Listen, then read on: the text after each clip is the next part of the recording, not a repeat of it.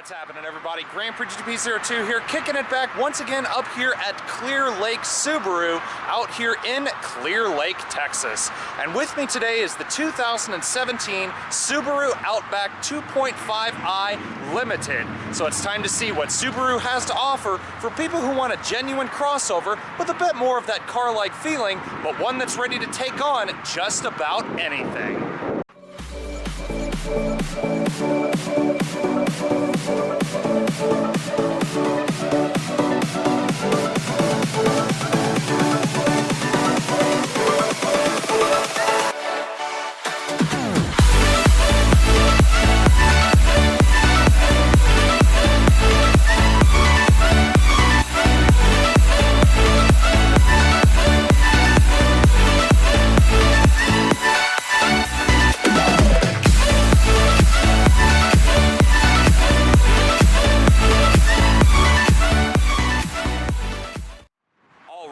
So here we are, the 2017 Subaru Outback 2.5i Limited. Now for starters, I personally have a connection to the Subaru Outback, and some of you guys may remember that only a couple of years ago, I personally owned one of these cars. Now granted, mine was a 1998 Outback, and this one is a 2017, and in the almost 20 years between my personal old car and this car, the Outback in and of itself has grown up quite a lot. And the major headline with this is the fact that Subaru has transformed the Outback from a more car-based station wagon-like vehicle to a full-blooded wagon-like crossover. Now the big headline with that one is the fact that this car is actually on par in terms of ground clearance between this, the Subaru Forester, and the Subaru Crosstrek. Subaru has now raised this thing to 8.7 inches of ground clearance, meaning that this now is a true all-terrain crossover, meaning it'll not only take on the urban jungle of highways, back streets, and all that kind of stuff, but it will also tackle even the harshest of off-road trails as well. Now, as far as the exterior goes, the Subaru Outback to me for this generation is definitely a beautiful vehicle to look at. And for starters, getting on with the color, it is a very earthen tone. Subaru seems to have a kind of earthen theme with a lot of their off-road capable vehicles. The color we have here is the Wilderness Green Metallic, and I personally really think it suits this car. This car has now more of a rough and rugged kind of off-road ready appearance, even though its shape doesn't really remind you very much of a true crossover, but again, more of that of a station wagon. So let's kind of decode the one that I have here for a second. This is a 2017 2.5i Limited Outback. So the 2.5 is obviously the engine. Now there are two engines available for the Outback. The one I have here, the 2.5 liter horizontally opposed, naturally aspirated flat 4 boxer engine, is the one that's going to be not only the more fuel efficient, but also is going to be the one that is a little bit more common on dealer lots wherever they may be sold. Now the other engine is the 3.6 liter horizontally opposed 6-cylinder boxer engine as well. Now that one makes over 250 horsepower, and it is slightly less fuel efficient than the 2.5 liter model, but again, that one is really more meant for the off-road side of things, where it gives you the power to tackle the trails and all kinds of cool stuff like that. But starting here at the front of the vehicle, again, very aggressive, but a very off-roady kind of appearance. Now this one being the Limited and not the newer touring trim level that is now all new for 2017, it does have high-intensity discharge projector headlights. However, they are not the steering responsive headlights that we saw on the 2017 Forester the last time we were here. Now it does have the standard LED accents running around the outside. It does have daytime running lights as well. However, down below you do now have the steering responsive fog lights. Now the Limited comes with these as well as the Touring, but if you go for the 2017 Outback Touring, you will not only get these, but you'll also get the steering responsive LED headlights as well. Now moving across the front here, again, more traditional Subaru design language, taking a few styling characteristics from the 2016 and 17 Legacy sedan. You have the chrome outline of the standard hexagonal grille. I like the matte silver here on the front. You can get this in kind of a matte black, kind of plasticky color, but I really think that the silver, it's not too blingy, it's not too in your face, but it does add that really nice touch here to the front of the vehicle. Now you can also see that the fog lights as well as the lower part are not only only dressed in the metallic silver like the grille, but also you have a nice bit of kind of rugged black plastic down here at the bottom of the bumper as well, and that of course trails off up the side and around the back of the vehicle as well. Now with my test vehicle here being the Limited, it is also riding on the 18-inch set of alloy wheels. Now these are machine faced and they also have the painted inserts in them as well. Now like the Forester, I was saying that the tires are a little bit fat on this one, but then again you can see quite a bit of clearance between the wheel itself and the actual edge of the wheel well. But in that sense, I mean the wheels do look a little bit small. Again, they're a bit of a mixed taste. I actually personally like them, but then again, this being a crossover, I won't say that it needs to be any lower than it actually is, because I personally would love to take one of these off-road as well. Now here on the outside, we do have body color exterior mirrors. It does have the integrated turn signals, and up top, no panoramic sunroof, but you do have a power tilting and sliding sunroof all the same, as well as these huge matte black cross rails going across the top of the vehicle. Now from a side profile, again, one can see that it is more of a station wagon-like shape, but again, it does seat 5 comfortably, I can personally tell you that, and then again, being a wagon-like structure, it does have a lot more cargo space inside, as you'll see here in just a bit. Now coming around to the back, we do have LED taillights here at the back of the vehicle. Again, mostly red with a little bit of clear in it. This one is a partial zero emissions vehicle. There's a few different categories of emissions nowadays. There's ULEV, which is ultra low emissions vehicle, but the PZEV, I think it has something to do with the horsepower or something like that. Just something where Subaru has altered the vehicle just a little bit for the sake of better fuel efficiency and better emissions. Now our vehicle here does have Subaru's EyeSight driver assistance technology that we've touched on before, but this one also does have the rear parking sensors as well as the reverse backup camera. I do believe this one also has the rear emergency braking. That means if you are backing up and another vehicle or an object or something is behind you and the car senses it via those sensors in the back, it will automatically hit the brakes for you, thus eliminating a collision from the rear. But overall, from the exterior, I really love the Outback. I think it's kind of that middle ground between having something more car-like, but also having something with the capabilities of a crossover or SUV. And me personally, if I was to go back to Subaru and say that I wanted something that was spacious, that was fun to drive, but also had the symmetrical all-wheel drive fun for, say, something like a camping adventure, then this would definitely be the vehicle of choice for me. Now, as nice as this thing is to look at on the outside, there is plenty to talk about on the inside, so that is the next place we're gonna go.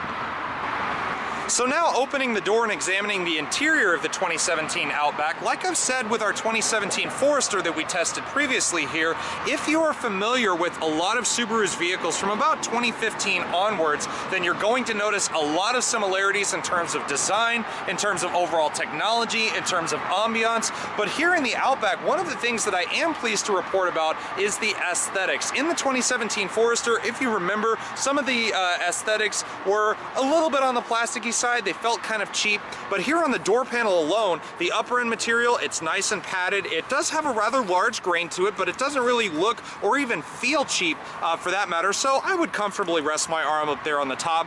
The wood grain on the door, I'm not so pleased about. It does feel pretty fake. It's got a little bit more of a matte finish than maybe I would like. Maybe a polished wood grain would probably look a little bit better here, but then again, this is a crossover with a bit of a luxury touch, so it's not as super ultra luxury as you might think.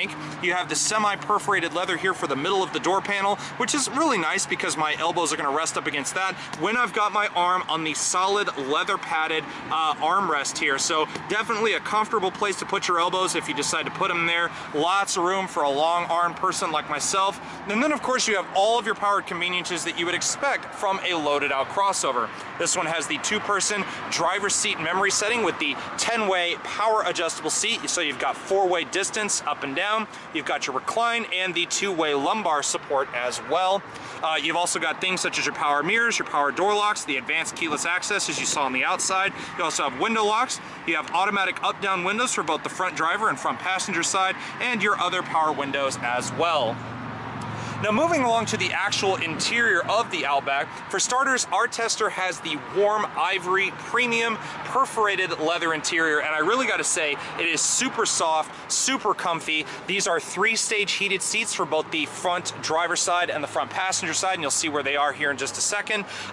Like the Forester that we reviewed before, the seats are a little bit on the flat side. There is a bit of bolstering here, more towards the outside of the seat, which is nice, but again, I'm not a very wide frame. I'm 6'1", 185 pounds, approaching 190 at this point. But it does actually hold me in pretty snugly. I mean, it's not supposed to be a sports car. It's not like a WRX STI, but it does have a good bit of comfort to it. Not as firm as you might think, but still wish there was just a little bit more bolstering there just to keep you in place. Now, the first thing most people will notice sitting down inside the interior of the 2017 Outback is that it does feel ever so slightly more car-like compared to Subaru's Forester, which we looked at last time. Whereas the Forester is shaped more like your traditional compact SUV, again, this one is shaped more like that of a station wagon. So you do have a little bit more of a lower roofline here, despite the fact we have the sunroof on this one. So it does feel a little bit more like a car, but again, the step-in height, pretty simple. Again, it has the same ground clearance as both the Forester and the Crosstrek, but the Crosstrek and this both again feel more like a car, so you slide right in. Again, I'm very tall, 6'1", 185 pounds. I have no problem getting in or out, but in this one I feel like I stepped down and in just a little bit more compared to the Forester, where I felt like I just slid right in. But all the same, very easy entrance. The door entrance is nice and wide, so even bigger people have no problem getting into this car whatsoever. Now, it does feel a little bit warm outside today, so I'm going to go ahead and start this thing up. This, of course, is Subaru's newer key fob, so you have your typical functions. You have lock. The Subaru logo itself is your unlock button. This one has the power tailgate with the memory function. It does have the panic function as well, and you also have a retractable key blade at the bottom of the key should either the key fob or the vehicle itself lose power. But all you have to do is have that fob anywhere within the vehicle and simply put your foot on the brake. If the car recognizes the key fob, you'll have a little green light that appears on the engine start button here, so it puts our foot on the brake. The little light appears, and then once it does all that, just simply hit the button, and that should start the engine.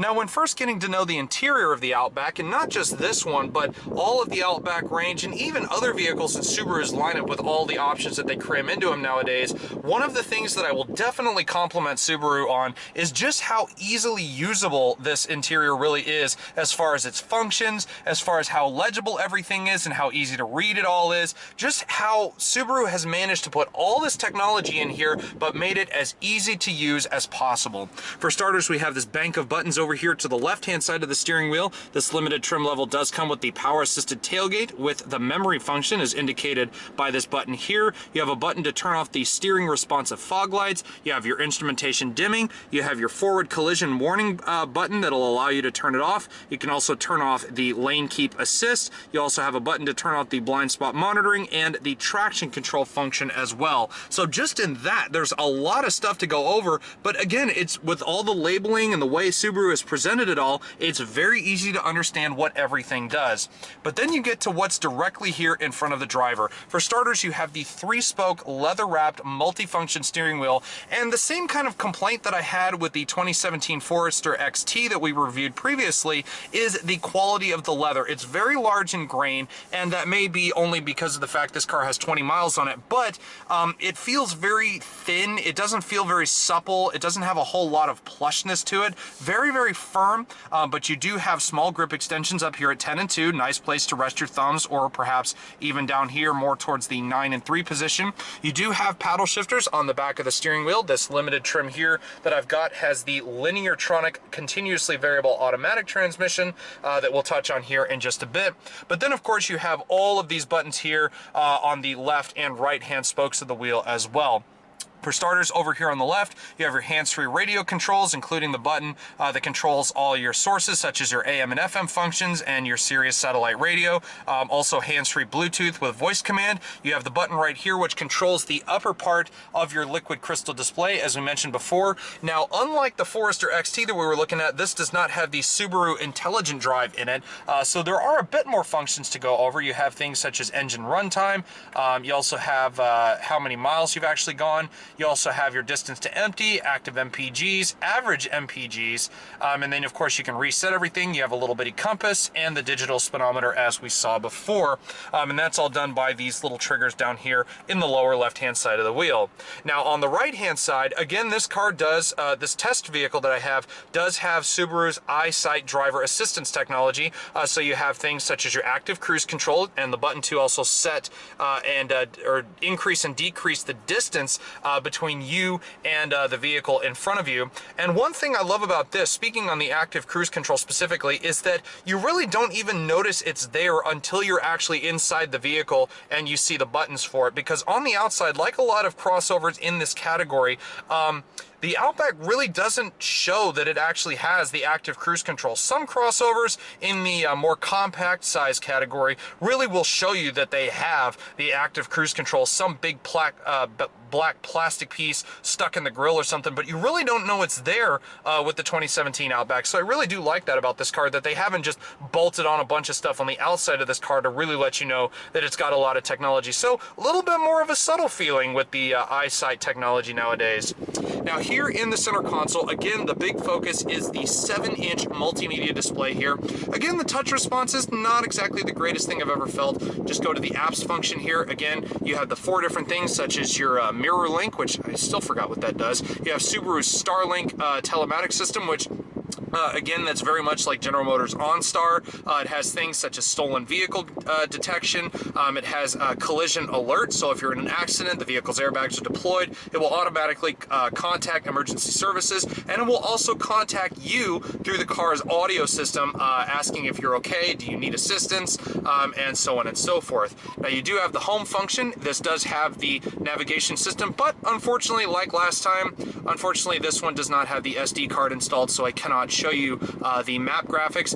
But this car has a whacking great 576 watt 12 speaker Harman Kardon premium audio system as standard on our limited trim level today, and trust me, it does pack quite a nice bump to it.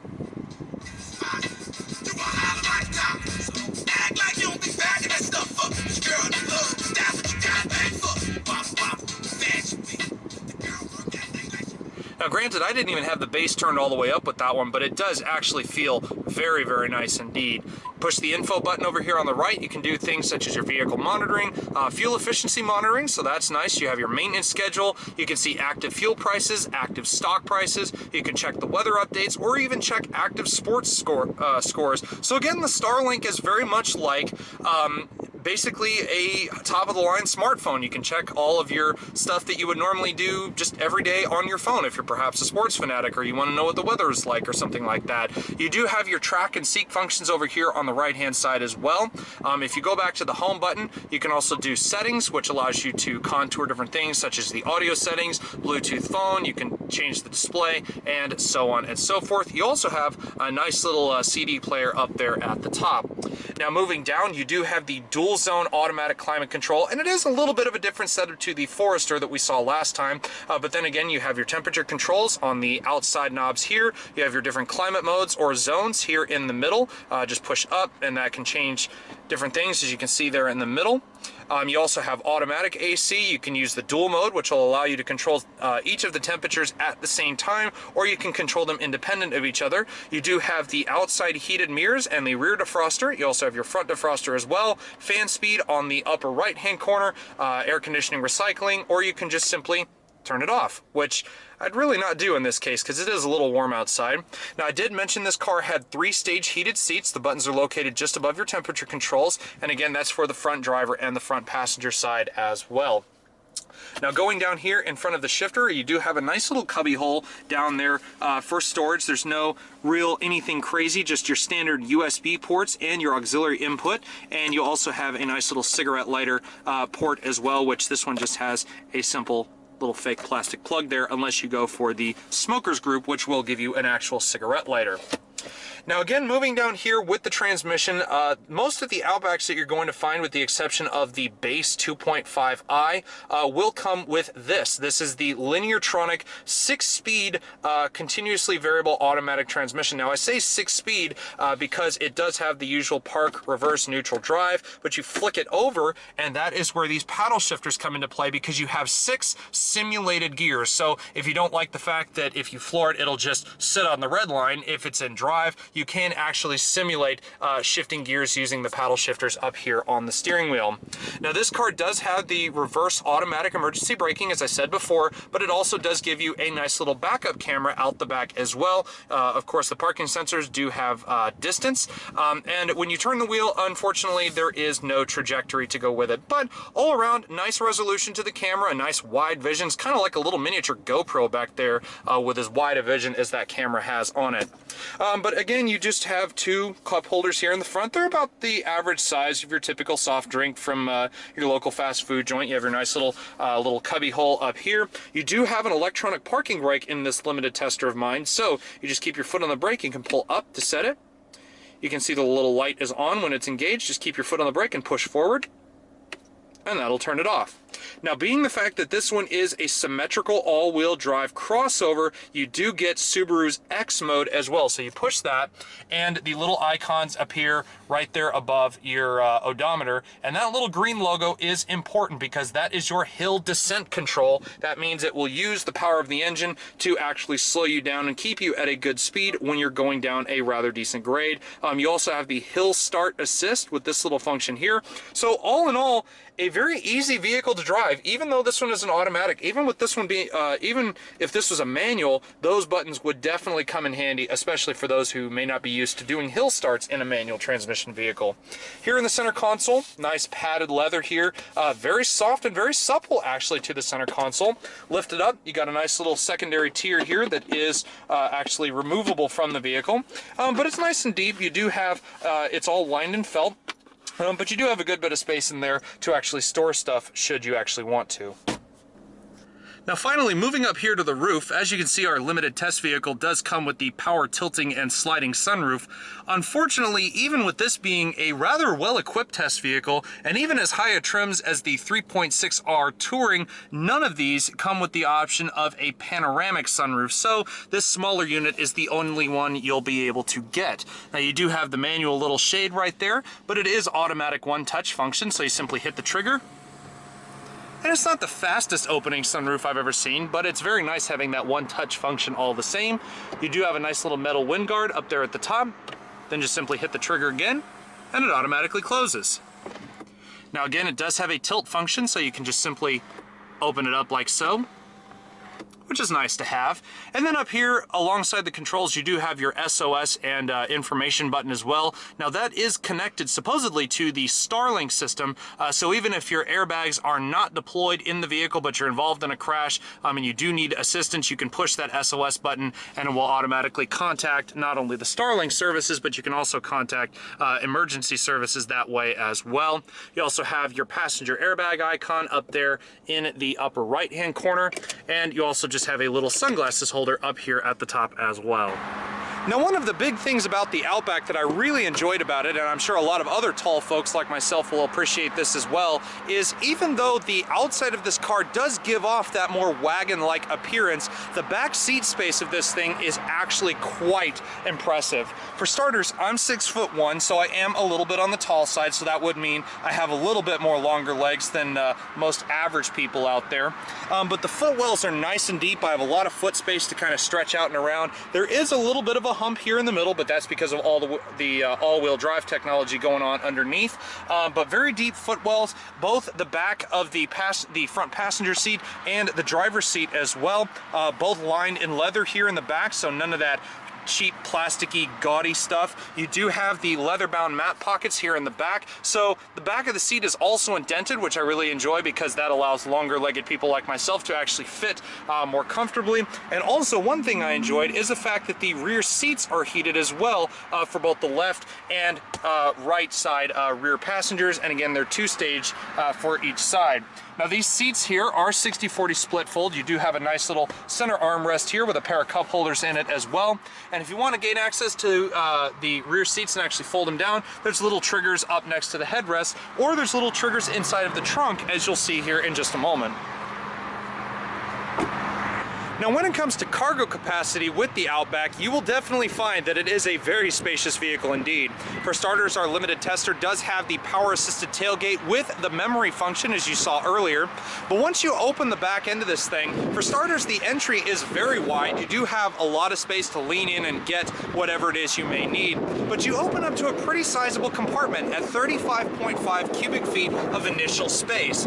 Now, if you were to fold those seats down, you would then extend it out to 73.3 cubic feet of cargo space, which is a ton for a small crossover like this. But then again, I think it has something to do with the fact that, again, it is a very more wagon-esque like profile, meaning that it's longer, not so much taller. So you can put quite a lot of stuff in here, and again, those seats are 60/40 split fold as well.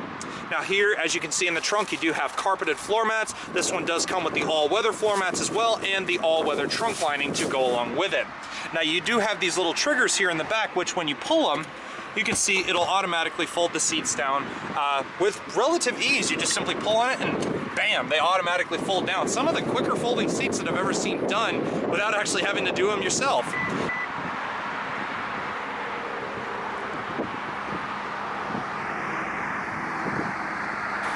Now, like I said in the beginning, the 2017 Outback can come with one of two different engine choices. And the one we have here in our tester is the more fuel efficient of the two, but it is also the less powerful. Tucked underneath the engine bay of our particular vehicle here is Subaru's 2.5-liter double overhead cam, 16-valve, horizontally opposed flat 4-boxer engine. Now, unlike some of their turbocharged power plants, this engine features their sequential multi-port fuel injection. However, it does still have Subaru's variable valve control. It makes 175 horsepower, 174 pound-feet of torque, and is good for 25 miles per gallon in the city and 32 miles per gallon on the interstate highway.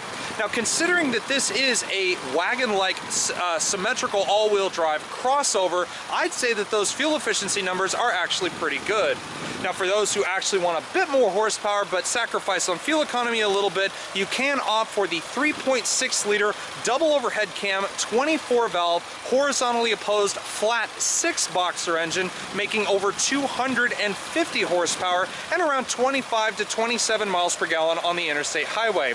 Now, also one final note is that you can run this engine on regular unleaded fuel, which is recommended by Subaru anyway. And of course, last but not least, being the fact that this is a more family-oriented crossover vehicle, we of course have to look at safety. Now, aside from the plethora of airbags around the interior of our test vehicle, this car also does come standard in most cases with Subaru's EyeSight driver assistance technology. Now, we did touch on that before, but just to reiterate, that's basically a whole bunch of electronic safety aids that you'll find hidden around the interior of the vehicle. Now, this does include things such as the pre-collision throttle management and pre-collision braking system. You have the active cruise control, as I mentioned before. You also have the lane sway, lane keep assist, and lane departure warning as well. So quite a lot of safety features. But again, one of the things that I love about this car is that it doesn't really shout about it all from the outside. It doesn't bolt on all kinds of sensors and crazy stuff around the outside of the vehicle to make it look like it's a lot more high-tech than it actually is. Subaru seems to be taking a more subtle approach to that, but still, it is a very safe vehicle all the same, hence the reason why the IIHS rated this car 5 out of 5 stars overall. Now, getting around to the airbags, it does have the front collision airbags for both the driver and passenger. You have the driver's knee airbag down below. You have side curtain and side impact airbags. The impact airbags are located here in the seats, and you have the side curtain ones as noted by the little marker up there on the B-pillar. Now, sitting here on the passenger side and finishing everything off, again, here on the dashboard, you have more more of that plasticky, matte finished wood material. I really wish it was a little bit shinier. It does look real, but again, you can kind of hear it. It's a little bit plasticky sounding. The silver trim, however, does look very nice going all the way across the dash here. But as far as the glove box is concerned, it is damped, and surprisingly, it is lined with felt, so it's very nice and soft when it opens as such. As you can see, like before, we do have a little manual here for the EyeSight driver assistance technology for the 2017 Outback. And overall, if you're looking for an SUV or a crossover specifically that has all the capabilities of a crossover or an SUV, but doesn't exactly feel as big or as bulky as one, then you will definitely want to look at the Outback, because I think that this really is the true middle ground as far as the crossover SUV market goes. Not too big, not too small, but still plenty of space for people and plenty of space to take you just about anywhere. And unfortunately, on that note, ladies and gentlemen, our time here with the 2017 Subaru Outback 2.5i Limited has now unfortunately drawn to a close. I do hope you guys have enjoyed this review as much as I have had fun making it for you guys. Now, if you like what you see, feel free to like, subscribe, or leave a comment in the box below. And in the end, a huge thanks goes out once again to Subaru of Clear Lake for providing this wonderful Outback for us to film today. And again, if you guys want to check out any more information on any of their inventory or on their facility itself, check out the link to their website in the description box below. But again, guys, from out here in Clear Lake, Texas, this is Grand Prix GP02 signing out until next time.